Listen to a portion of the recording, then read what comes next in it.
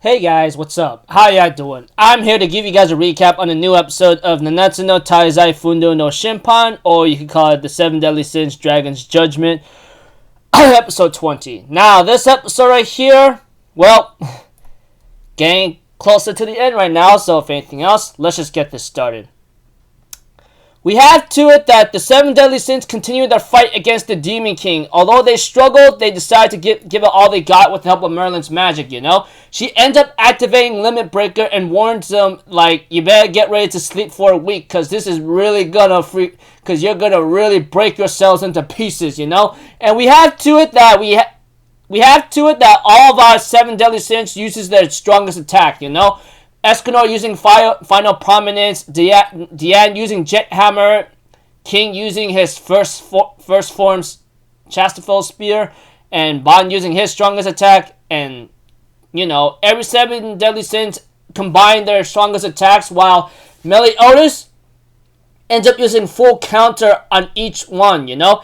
Every time he uses full counter, the power of the attack gets doubled up, you know? I don't know how many times he did it, but later on, after playing pinball with it or zigzag with it using full counter every time, he ends up blasting it right into a certain location where Merlin tells Meliodas what to blast it to, you know?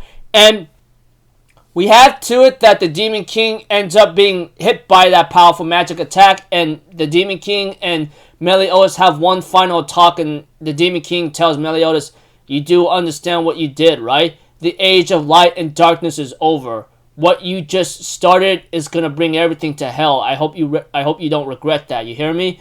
And therefore, the Demon King disappears. You know, and we have to it that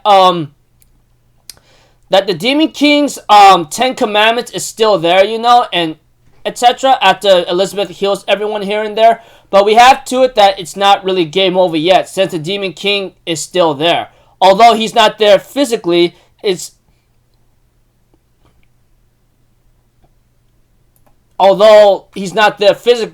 he is still, like, not going to be able to recover until hundreds of centuries pass, you know? Decades or centuries that comes to pass, you know?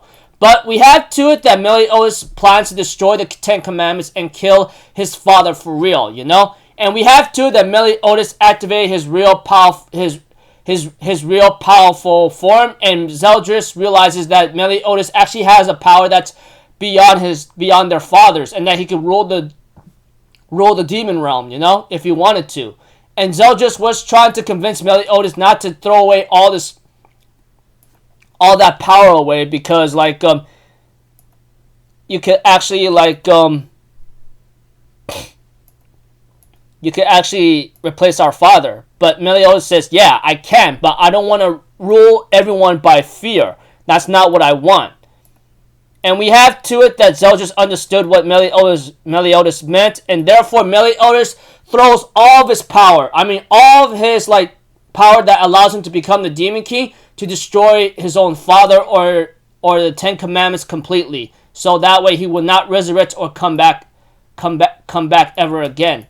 And we have to it that the light ends up shining away throughout Britannia, while Zeldris and Meliodas ends up, like, having a small talk with each other, and Zeldris says, look, I'm not going to celebrate with you guys, but if it's just brother to brother, I'll give it some thoughts on it, okay? And Zeldris and Gelda take their separate ways from the 7 Deadly Sins and go on to whatever journey they're going on.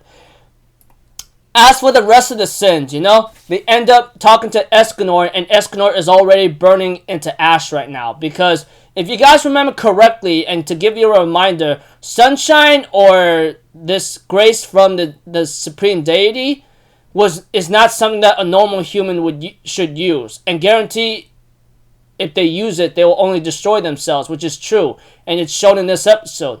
Escanor's like, I can't move from here, you guys, it's over, but I don't regret a single thing, and I'm glad I did this, you know? He therefore says his goodbyes, telling Diane and King, I hope you have a good marriage. Gother, you've been a great partner. And let's see here. Bond cut down on the drinking, you know, which is really kind of sad. And Escanor tells Meliodas, you are the best friend I could ever ask for. And Escanor confessed to Merlin that he loves her very much. And Merlin says, you give me too much credit. You do understand I only saw you like a good test subject, right? And we have to it that, like, Escanor also tells Elizabeth, hey, tell Hendy and your father, like, I give you the best, you know? And going back to Merlin saying, you know, I only saw you like a test subject, you know, etc. And we have to it, like, Escanor says, hey, you were never frightened of me, though, you know? So, pretty much, how am I supposed to say it? I could live somewhere in the corner of your heart, etc. And we have to, and Merlin's like, you know, I really wish I could have met you 3,000 years ago, you know? Etc. And knowing that Escanor is about to, like, disappear and disintegrate and die, you know? We see to it that, that Merlin decides to, like, give a kiss to Escanor, you know? And therefore says, you know, I can't really reciprocate or even respond to your feelings that you loved me. However, I want to leave marks on my body of proof that you actually lived, you know, that you loved me. So only on this body, I will burn the mark of this one onto my body so I can remember you, you know, that kind of thing.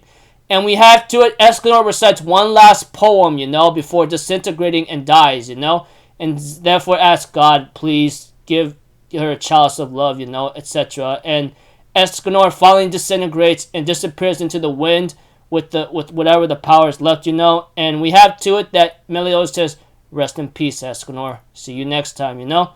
And looks like to me the journey's not over yet. And the preview of the next episode is called What the Witch Had Always Wanted, you know, etc. So, pretty much, if I had to say it in simple words, the 7 deadly sins defeats the Demon King. Zeldris and Geller take their separate ways. Sunlight illuminates all of Britannia, knowing that the evil is over. However, Escanor, knowing that he's going to die, makes his last parting words with the 7 deadly sins and confesses to Merlin that he loves her. And then Merlin, on the other hand, gives a kiss to Escanor to know that he's to see to it as a living proof that he survived and lived, you know, etc. Escanor makes his last poem and disintegrates with sunshine and goes into the heavens above, you know, and Meliodas is saying, fare thee well, Escanor, etc. So, until then, people, I'll see you guys in the next video. I'm Alpha Zero. Have a good day, and I'll see you guys next time, alright? Peace out. Bye-bye. Toot-toot-toot.